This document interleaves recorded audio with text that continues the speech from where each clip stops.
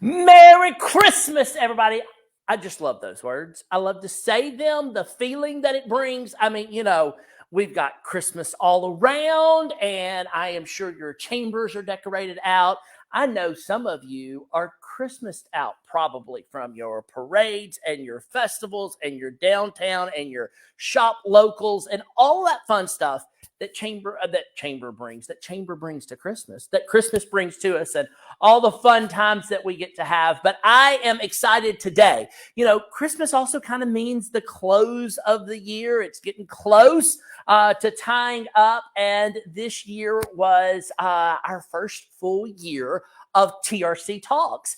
And as we were thinking about what to close out the year with, what to bring y'all from the land of chambers all over the country, because that's what we try to do here at TRC Talks. See a little something that we think you might could use, that you might could implement in your chamber, and kind of get some behind the scenes dirt on it all, so that maybe the lift won't be so hard for you. And so we were thinking about it. And of course, we can't think about 2021 without thinking workforce shortages and workforce development initiatives that we need, and the employer issues with the employees that they've had that we have just kind of found ourselves in this year. And so when I kind of thought that that was what we wanted to bring you and to talk about, I knew that golden nugget that I wanted. In fact, I have been talking about this for a couple of years to some chambers,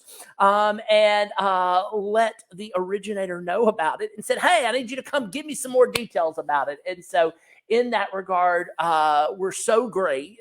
So we are thankful and grateful that we're going to share all of this with you today. But kind of the process, as we're letting more people jump on, we know how these Facebook Lives go.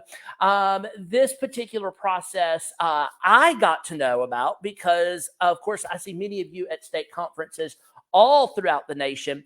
And the Carolinas do something, I'm not going to say others don't, but that many others don't. I don't know if there's another one out there or not, but they are fortunate enough to have the association where they would like it, that they give innovative grants to some of their chambers to create some new things, some new thought processes.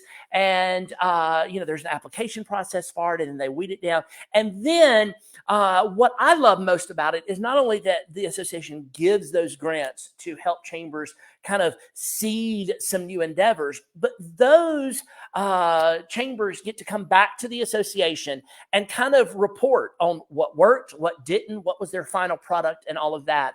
And that is where I heard about Made Magazine. You all are here for it today because you've seen all of our announcements about it. But I have the privilege and fortune to bring on somebody that I consider a friend, have gotten to know through the years, but Lindsay Keisler of the Catawba County Chamber of Commerce. So glad to welcome you here.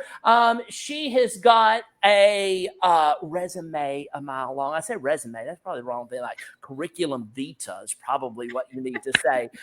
She has been a rock star in our chamber world for many years, and they at the Catawba County put this Made magazine together, and I just knew she would be a great sunshiny face, bubbly personality. You can't be around her without smiling, to kind of wrap up TRC Talks. And while we're going to have a link to her bio on her website, and you can learn more about her if you need to get to know her if you don't already, one nugget that's not in there that I will share with you is if you're ever in a trivia setting and need a lifeline for some wrestling, Lindsay's your girl, okay?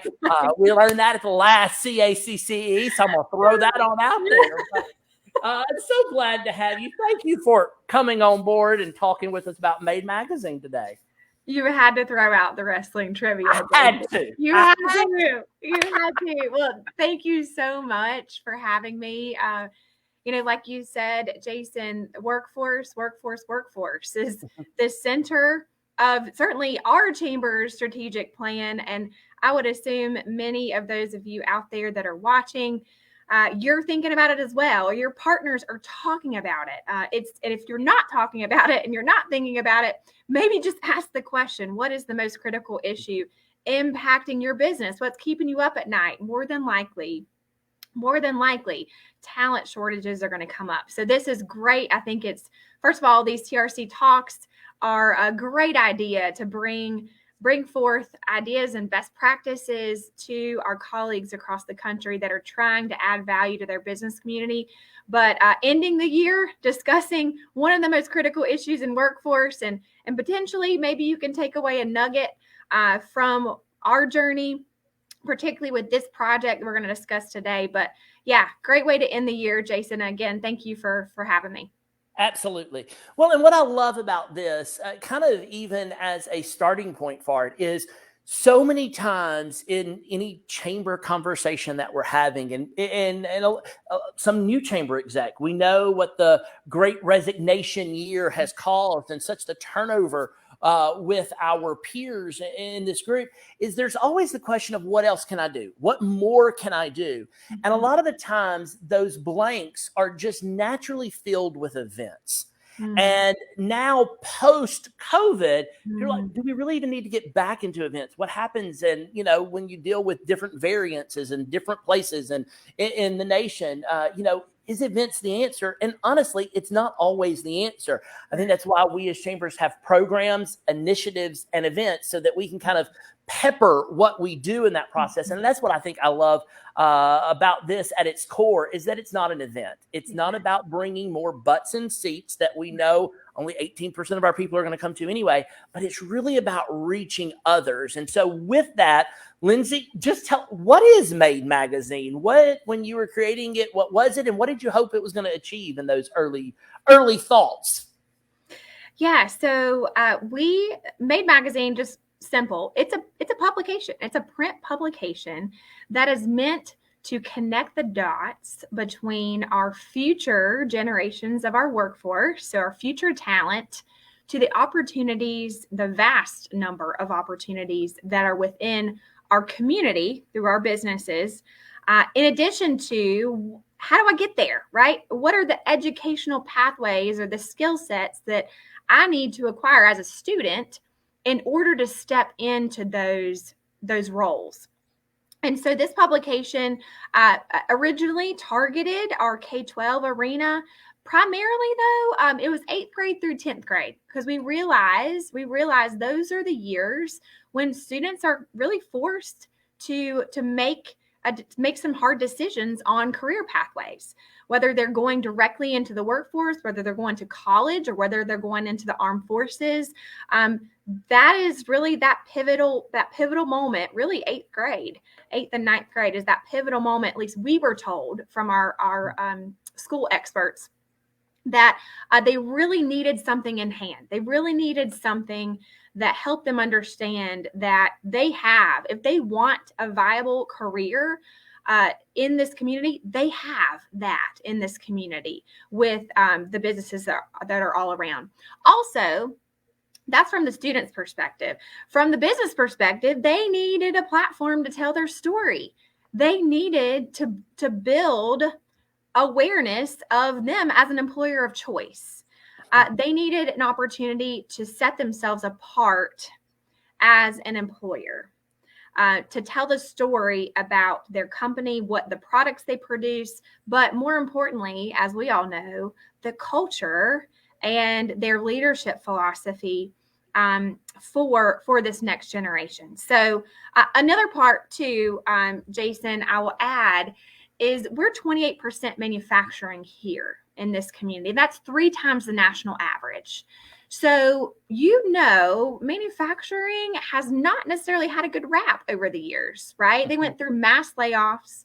And 2, oftentimes we think of manufacturing as our dad or our granddad's generation that was just hard work, very manual. The working conditions weren't the best, right? And you were really just a number, right? A number of a product that you produce. which is now totally a different story with advanced manufacturing and robotics and automation and the clean environments and the climate controlled environments and the rich culture that they've injected into each of their entities. So they needed a platform to be able to tell that that story of the manufacturing of today. So this publication really gave us that opportunity to tell that story. So was that in itself just that need to fill that void, the genesis? Did your industry come to you and say, help? How did you get turned on to, okay, there's the need, and then we think this publication targeting this group will be the answer? Yeah, great question. So we are that 3C chamber, right? So that catalyst, champion, but we're a convener.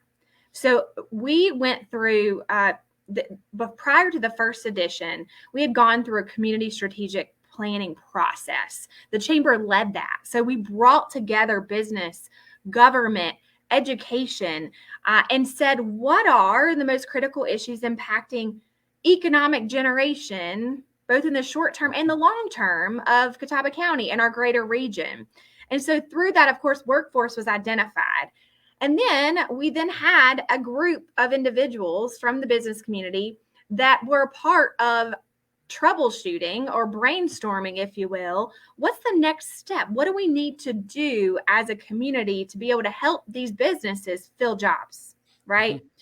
How can we grow population, but how can we fill jobs, creating pathways and awareness to this next generation? So all of that, because of that convening, right? That's what we did. We're not the experts in education. We're certainly not the experts in writing curriculum, and we're not the experts in knowing everything that an employer needs from a skill set now, and certainly jobs that haven't even been created yet, right? That they're aware of the need that's down the road.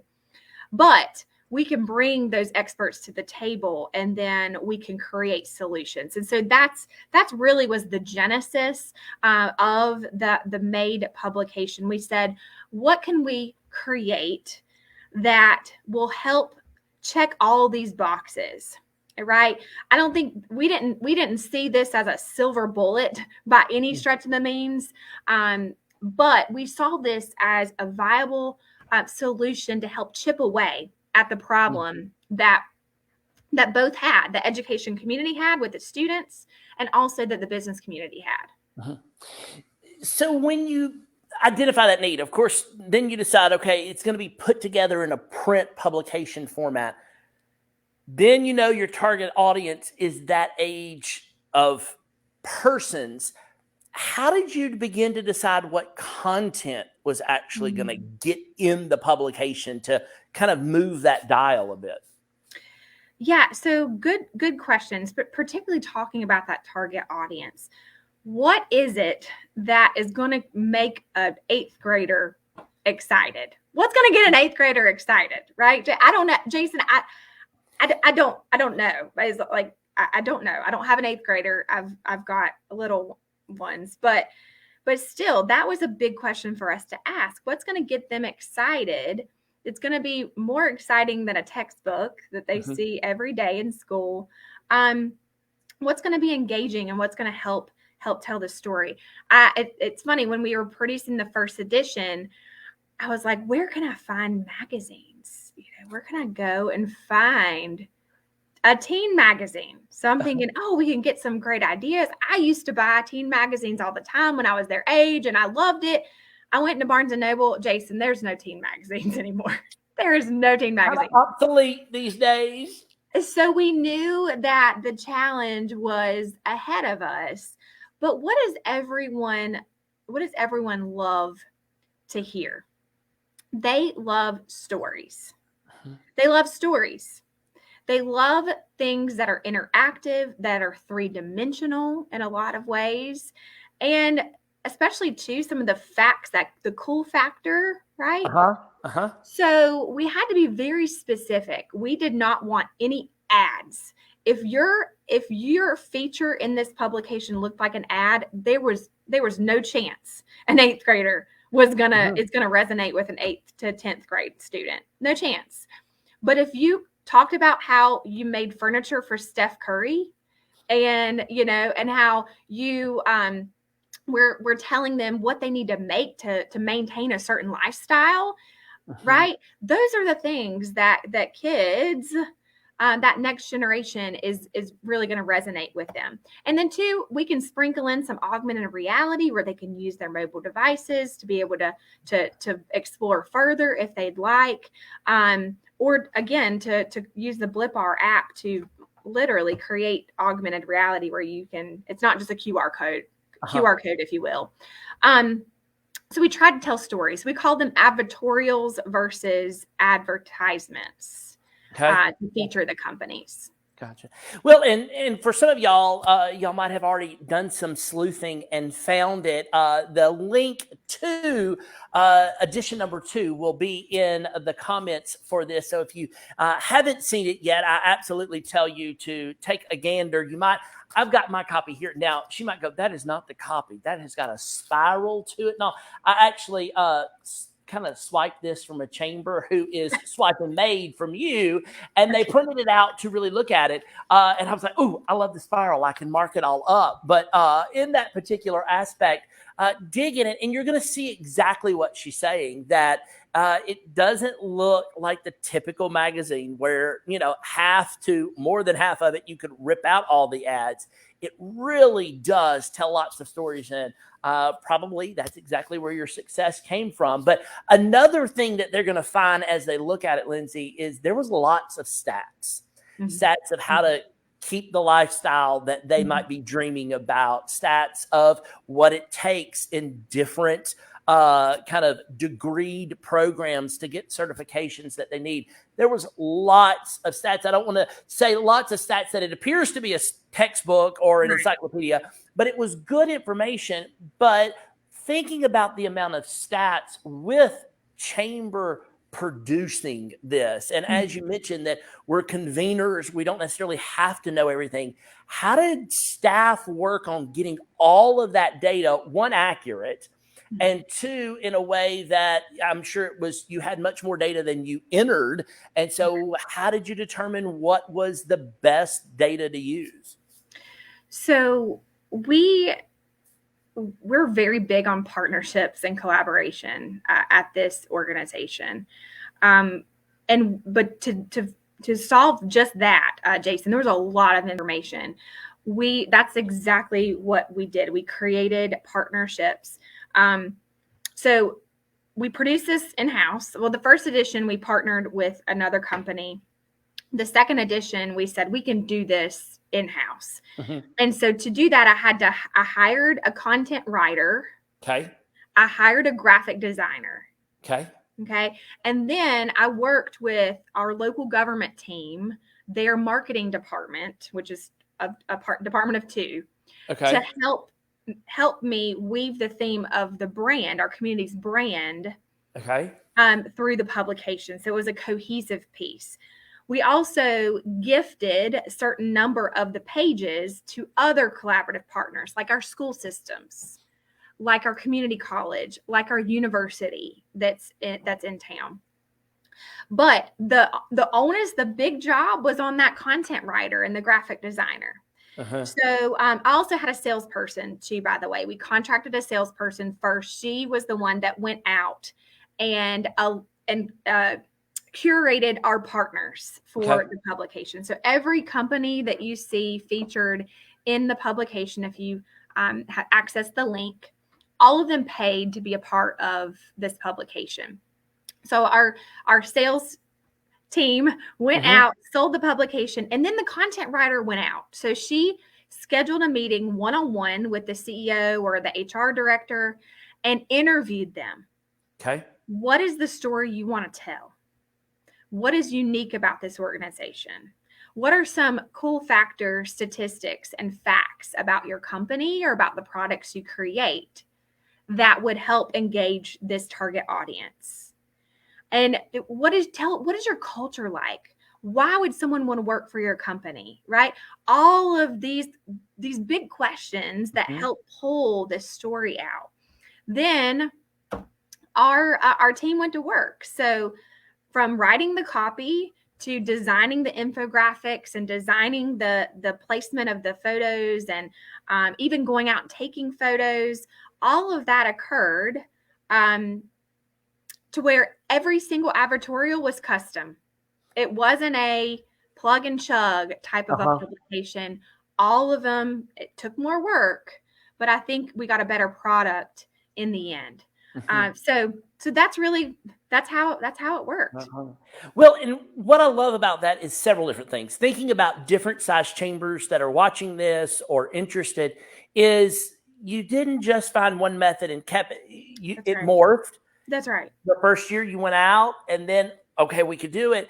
But even for some chambers that might just have one or two staffers going, I can never write this. I can never go. You hired people to help produce it so that you were in charge of all the finances of it. And so in that aspect, you had control of what was going to happen. I wouldn't say, I would not say edition 1 was a failure because we had a partner that we hired. It was by far was still a success. At the time, that's the only way we thought we could accomplish it. But then after going through that process and learning what it took, then I said, well, we can pull a team together. And then, by the way, we don't have to give away all the non-dues revenue. We can keep it to ourselves. And then also because of that, we were able to even develop a sister publication that came along with it. So we ended up been able to create more value for our partners, even though we did have to put forth a little more effort. But I think the reward was greater in addition to. Well, and speaking, okay, so a sister publication spun out of that. Yes. From edition 1 to edition 2, you had some organizational thoughts to financially help the chamber more profit from the publication. And a lot of times when we're talking about workforce, it's just inevitable. There's always a question when it's a strategic plan or something. Well, how many jobs did this create or what did this do? And we all know that's hard. We've all gotten the question. If we have had any length of chamber history at all, you've gotten the question. You really just want to go, well, duh. I mean, do you know the answer type thing? But there obviously have been metrics of success that's outside that workforce void that we all experience. What were some other successes that you've seen from this publication? Jason, you're so right. Measuring success from something like a publication is very difficult. But to your point, I think there are definitely areas that we could definitely see that we met objectives that we set out to meet. So first of all, we wanted to target our audience, right? So we didn't want to just say one magazine goes home with every student. We didn't want to do that. We felt that they would all end up in the trash, right? So we had to get the educators engaged. So we actually took it a step further and created curriculum. So I convened educators from the school system as well to create custom curriculum around this publication. So a lot of times, if I handed this box of, magazines to you as an educator and you're balancing all the things, all the demands that are on teachers these days, what's the chance you're going to incorporate this into your curriculum? Yeah, that's going to be slim to none. And so, but if I handed it to you and said, hey, here's curriculum that goes along with it. Here's some exercises and some fun games that you can engage the students with. And that it actually makes your job easier because it's sort of a like plug and chug, ready-made lesson plan for a rainy day or for a career or for a career, a unit within your subject area, then absolutely I have a higher chance of doing it. So we did get some great feedback that educators did utilize this in the classroom. Also our CTE, so our career and technical education students, definitely all received this publication in some form or fashion. So there is, even though we did not survey the students, we could have, and that would be something that if someone's going to tackle this, if you wanted some more tangible metrics, I would recommend doing some pre-surveys, post-surveys, something like that. But it's inevitable that there's now more awareness to the careers that are available and the companies that are in our community as a result of putting this in the schools. This was not available prior to us doing this project.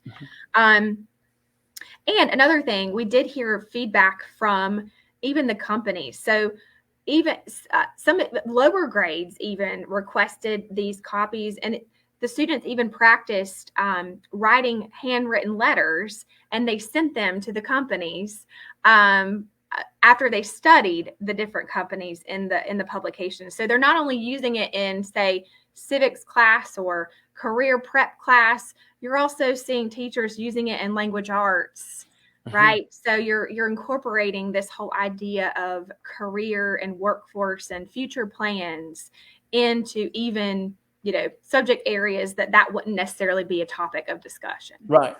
Well, and two, and all of that, can you peel back another layer in? So, okay, we've got this publication, like you said. How do you get interest in it in that? So then a chamber goes, okay, well, I want to develop curriculum. I want to do, some distribution with that. Obviously, there has to be a good relationship or a working relationship with your school districts. What type of questions do you ask to get help in developing curriculum? That was a good question. And Jason, I will tag on to that as well. And that was another metric of success for us. We had a working relationship with our school systems, but it was really through our superintendents. Like the ancillary layers of leadership within each of our 3 school systems. And by the way, we have 3 school systems. So that this was another if you are a community that has multiple school systems, this is even more beneficial, because then guess what? You get them working together. And that doesn't often happen, right? But anyway, building those relationships, using something like this project to grow, to foster deeper, more meaningful relationships to where we're communicating more often, is also another indirect benefit. But asking the questions, when I started asking, hey, we're interested in creating this piece to help you help your students, it was almost like this was something that they had been needing all along, right? To make their job easier in this way. Instead of pulling these, generic videos offline to explain what is a machine operator. Now, guess what? You've got Vinny from ZF Chassis, that's first person telling him his story, that's linked to a video that's in this publication in their advertorial. So that, it was really an easy sell. It was definitely an easy sell from the companies, and it was definitely an easy sell to all the partners that we worked with, because it seemed to fill a direct need that both partners had. Okay. Help some chambers kind of plot out timeline. I don't think we've mentioned it yet, but this is a 2-year shelf life publication. You go in knowing you're not doing this every year. It's for 2 years. So knowing that, and we've mentioned 2 editions, so 2017 and 2019 were your edition years in that regard. And so as you are laying it out and hiring these people to help you plot it out, at what point do those kind of roads begin to parallel where you're talking with school systems about developing curriculum? Do you have product first, and then it's kind of sitting there, and because it's 2 years, you can let it sit there to then develop curriculum around it? Or are you developing curriculum while it's printing? Help people kind of plot out that timeline a bit. Sure. Good question. It took us 11 months from start to finish, right? From start to a finished product in the hands of students. Okay. So definitely keep that in mind. There's quite a significant runway. We sold ads or advertorials. I want to say about 3 months of that. Okay. Then the most significant chunk of time in that timeline is your content gathering. So your team that's going out doing those direct, one-on-one interviews on site, collecting all the graphics and the copy that's needed. Then there's this design and draft phase, Mm-hmm. an editing phase, and there's a lot of communication back and forth with the partners to approve what's going in the publication. Then there's the final, all along the way too, you're working with your partners that you're giving space to for a specific reason, whether it's telling the story of the community or telling the story of, educational pathways and so on and so forth. And then you get to the end. So you've got this final draft that's about to go to print. And then that would be the great time for you to pull together that curriculum team. So that's when I went to all three school systems and said, hey, they were already familiar with MADE because we had already done one edition. Keep that in mind as well. But I said, here's what's going to come hot off the press in the next month. We want to roll this out with the curriculum. And so can you come and volunteer your time to make this more meaningful for the educators and the students? And so then we rolled it out. Actually, ended up rolling it out in January. So the following, that January of 2019 is when we rolled it out. So if you're doing this project in terms of budgeting, keep in mind it's kind of a 2-year, really 18-month budget cycle, because you're having to pay for your creative team to produce it, but you don't necessarily, and you're collecting your revenue, but you're also going to have some expense in the next budget year to then execute and roll out the publication. Does that make sense? Makes a lot of sense. So from a budgeting perspective, those are some things to keep in mind.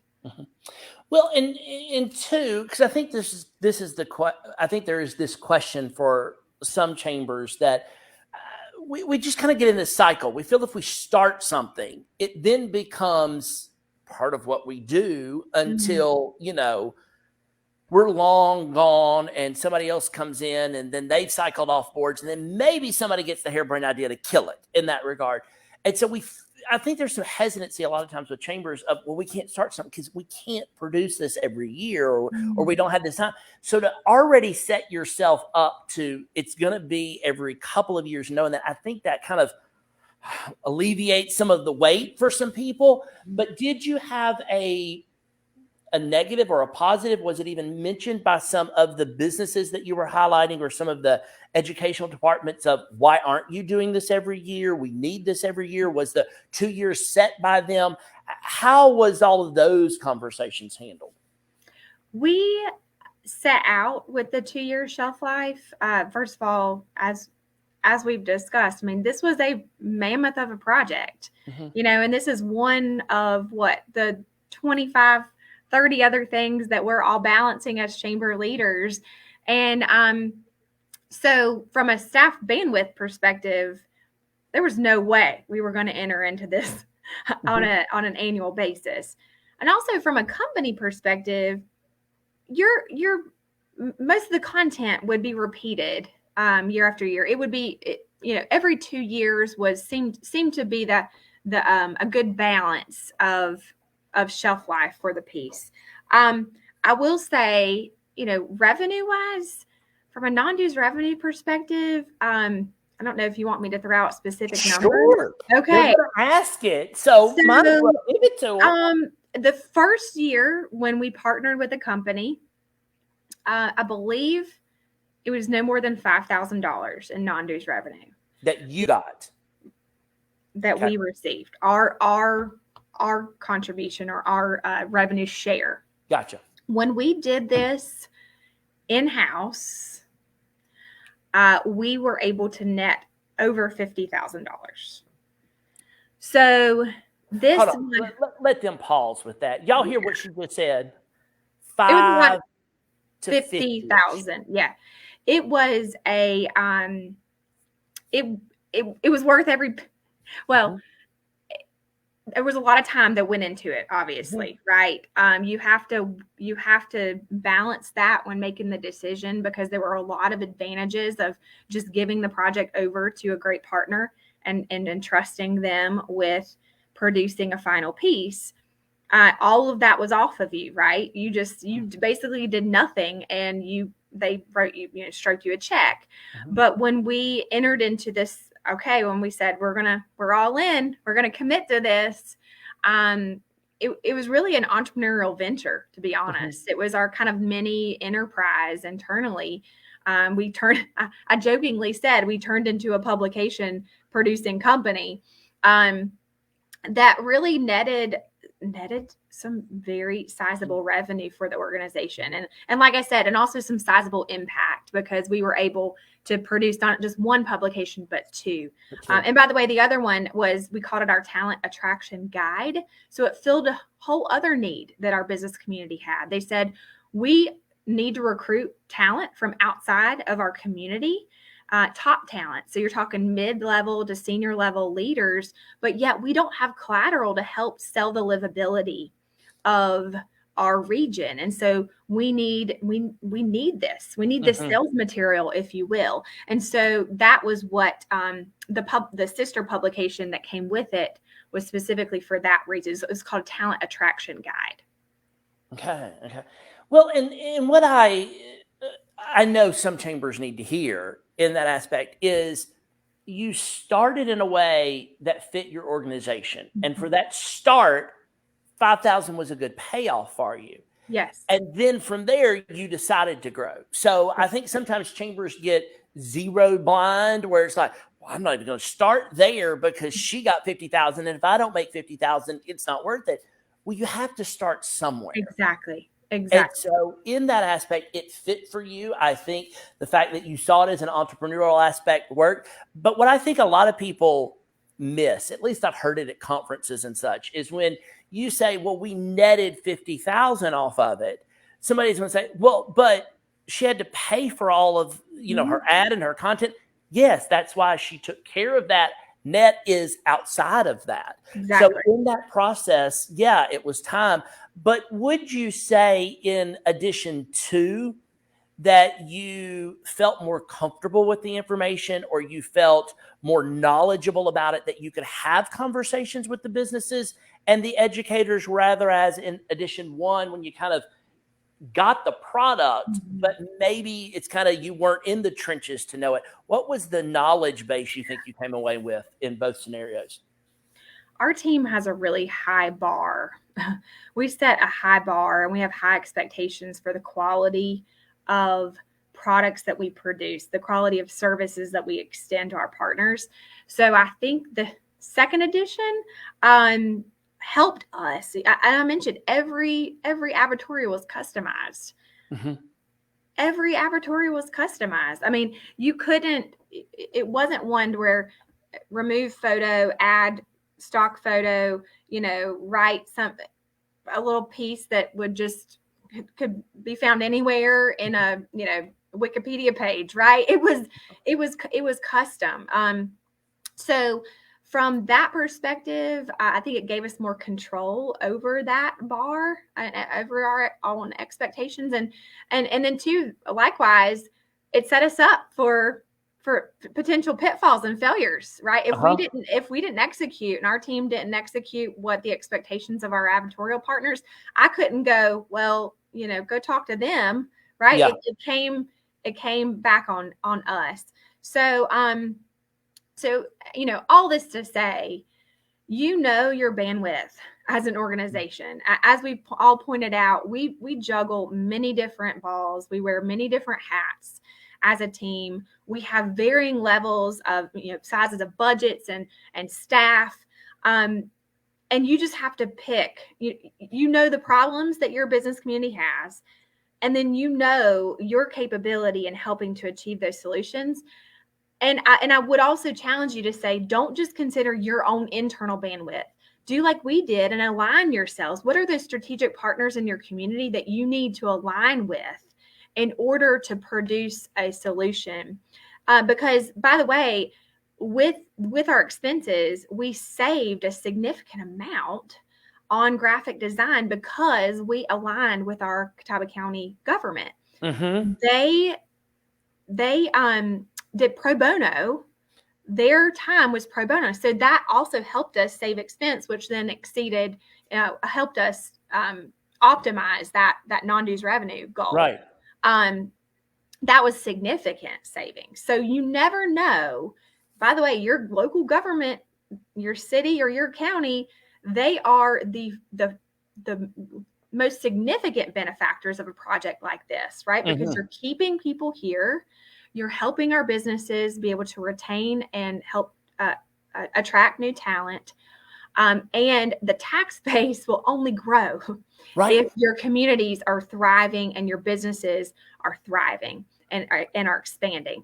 In order for them to expand, they have to fill these jobs. Absolutely. And with you saying that, it kind of triggered another thought that I've had, that some chambers have reached out and asked, others have done it, and that they've actually gotten funding from their local governments through the American Rescue Plan to put something together, kind of those pie in the sky things that they thought we'd never get money for it.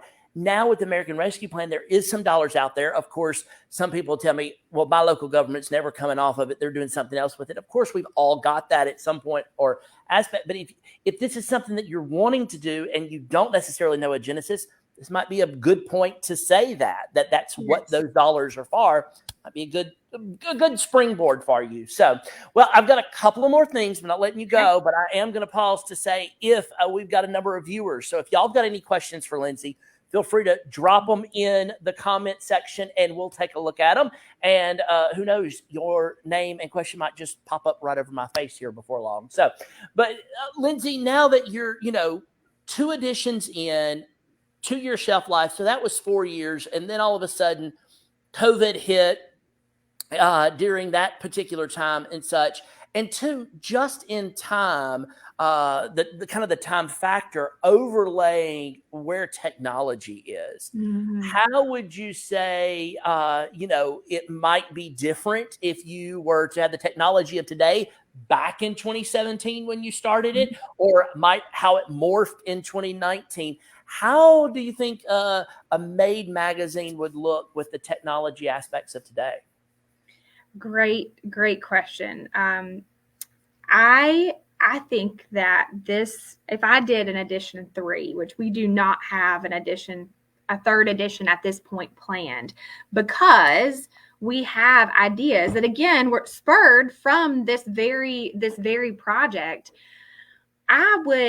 Now all of our students have devices. So we have a collective impact model in our community called K64. So if you want to look up k64learning.org, this is our collective impact model. So since this partnership where we convened businesses to discuss workforce issues really was the tipping point for some significant investment. Our local government invested over $2 million to produce this collective impact model that helps yes, thank you. I see the nice banner along the bottom, but it addresses 6 key issues as it relates to workforce. So from character ed, so everybody needs to know how to show up on time, and we need, especially in the era of COVID, some mental health issues and behavioral issues, helping create a well-rounded student. 1-to-1 technology. So we wanted to get devices in every student's hand. So all of our students now have Chromebooks, which brings me to my Made 3.0, if you will. I would love to create a portal, and actually we're in the process of creating a portal right now. So it's pretty exciting. So it would be an interactive sort of website that's a connection point between students, careers, and education. And the education that they need. So it's a Made magazine 3.0, 3-dimensional, actually really more 4-dimensional, sort of exploratory type tool that students can use to expose themselves to careers. So it's storytelling, but made more 3-dimensional and interactive for this next generation. But what would be really neat though, is if someone wanted to take it a step further, you'd have some type of, the integrity of a printed piece, you just can't necessarily replace. So even if it was sort of you have a printed piece that maybe you do even lengthen the shelf life, in addition to the living and breathing digital source that can help, that can be interactive, and students can even respond to it, if you will. That, in my opinion, would be our next phase of this career awareness and filling jobs piece in our community. What? Oh, when you say it moves again, I mean, you created this in an aspect of, okay, we're going to have shelf life, but then we look at the times and go, okay, where it isn't saturating what we need. So we've got to pivot it a bit. We've got to enhance it a bit. And I think that's what chambers just need to do by and large. It's about everything they do. We can't get in this box of always doing it. Times change, people change, the generations that we're dealing with change, and so our products have to change too. That's in that regard. That's so right. As you kind of look at it, and probably even through your K64 learning and all of that, would you say that those are kind of the additional economic workforce development things that have spurred from it? Have there been additional things that you just kind of were like, wow, didn't see that coming, but glad it did? Your second publication, those type of things. Have there been others that kind of were the genesis for MADE, but wasn't necessarily your genesis of MADE? Yes. So K64 would be the biggest. That's the umbrella piece of our approach to sort of inside out education. Turning education inside out so that they are producing a product, quote unquote, for the business community. But some of the other pieces, and I mentioned the portal that is currently in creation right now. Some of the others, this once you start convening business leaders and asking them right questions and listening to their needs, then you realize other things spawn from that. And so we have been integral in bringing together industry leaders, like within the same industry. So for instance, we've done a manufacturing academy. So we brought manufacturers together and said, what are the skill sets that are needed that the current talent pool you're not getting in applicants? And so we created a short-term kind of certification or certificate program for manufacturing. So we've done the same with furniture manufacturing. Okay. We've now, this last year, we convened, as a result of the pandemic, we convened a group of hospitality entrepreneurs that they need workers as well. So what are the skills that they need, from anything from serve safe to RASP with and then customer service, front of house, back of house, budgeting, finance? What are the things, the skill sets that are needed to help fill jobs in the hospitality space? So we launched the Hospitality Academy this year. And when I say we, we're convening the right people, resources, and influence to get things done on behalf of the business community. Right. So we're bringing our community college to the table once we bring our business leaders together and having these discussions.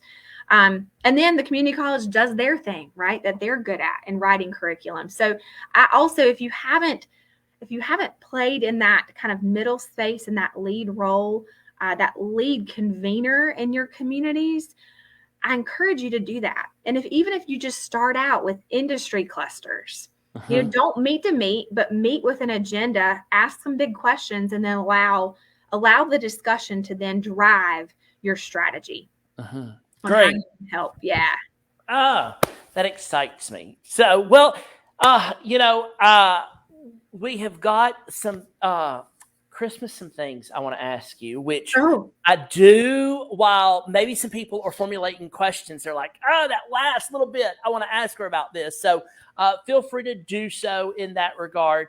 But since we are Christmas, and before I let you go, this is going to just be some, what does Lindsay like aspect to Christmas? Okay. So we're going to start with, and I'll be honest, a lot of it started on our chamber partner page that we have for our YGM partners today.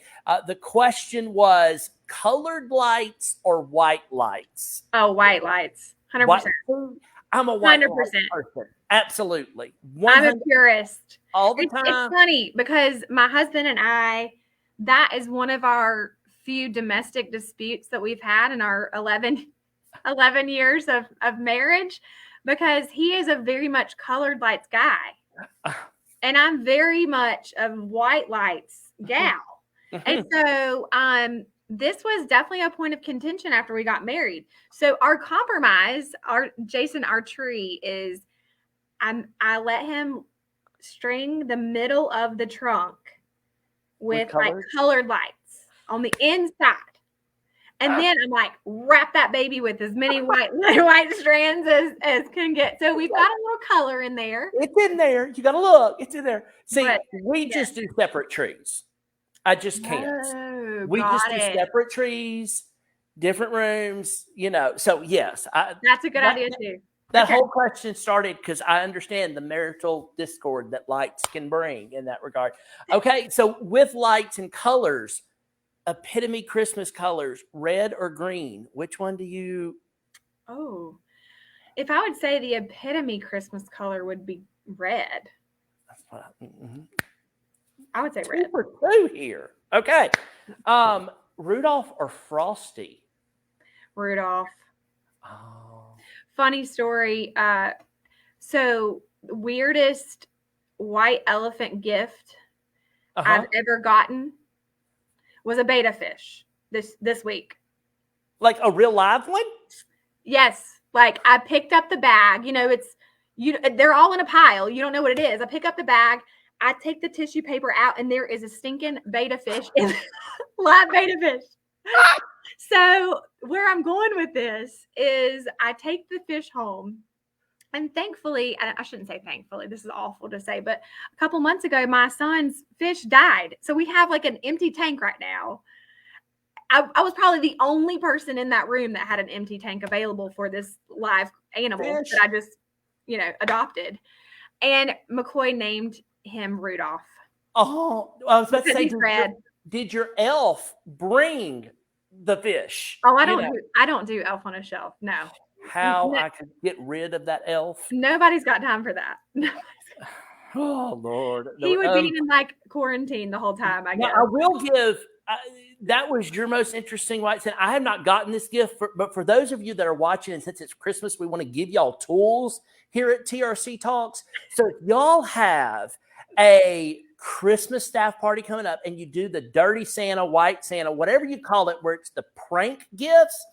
I was with a chamber in Alabama last week, and we were talking to their TRC chair, and the conversation, it started with the game of bingo and then kind of moved away. And she said her brother loved White Santa so much that, and it was dirty, where you don't give real good gifts, but that he would wrap up like a $25 gift card from like Bass Pro Shops or Cabela's or whatever, but it only had like $2.18 on it. Oh, that's so amazing. Like he had used it all the way down. Oh my gosh. And then, what do you buy for $2.18? So he wraps it up, and everybody thinks they got like a $25 gift card till they get to Cabela's and they got $25 worth of stuff. And it's like, so there's only $2. I can't wait to use that. So if some of you got staff parties, go with that. Or a betta fish. Or a betta fish. Either way. Or a Cabela's card with a betta fish.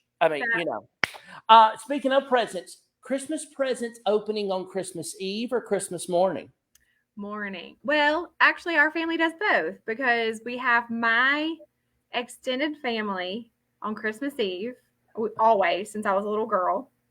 My grandparents are local. We live in our hometown actually, and so Christmas Eve we open. Well, I don't get gifts anymore there, but anyway, my kids open gifts, and then Christmas morning we do our little family. Okay, gotcha. And then because it's me, I have to end with food. Hot cocoa or hot apple cider? Ooh, that's a hard one. I'm going to say more like a hot apple cider and maybe add a little something else in with it. Hey, little nice eggnog. Like a mold cider. That works. Absolutely. I'm down with that. Well, y'all, I hope that even put you in a little Christmas mood for your staff parties and all that fun stuff. But Lindsay, thank you for your time today. Thank you for sharing all the behind the scenes, because so many times we see great things at chamber conferences or on email threads that we're all part of, but it's really the how to. How can we make this work? And you have shared such great insight into really no matter what size chamber. If maybe you're a one-person office and you're like, I don't know about publication, well, you can find a company that can help you put it through and maybe get a check of a reasonable size for your budget. Maybe you don't go full printed and you put some digital portals out there too. If you're a chamber that's got thousands of members, that you see additional opportunities for non-dues. So just thank you for sharing so much today. We appreciate you. My pleasure. Thank you for having me. Absolutely. Well, everybody, and Merry Christmas, everybody. Merry Christmas. It's time. It's getting closer and closer and closer, and I can taste it. So everybody, until we see you in 2022, I can't believe we're saying that. Merry Christmas and a Happy New Year. Merry Christmas.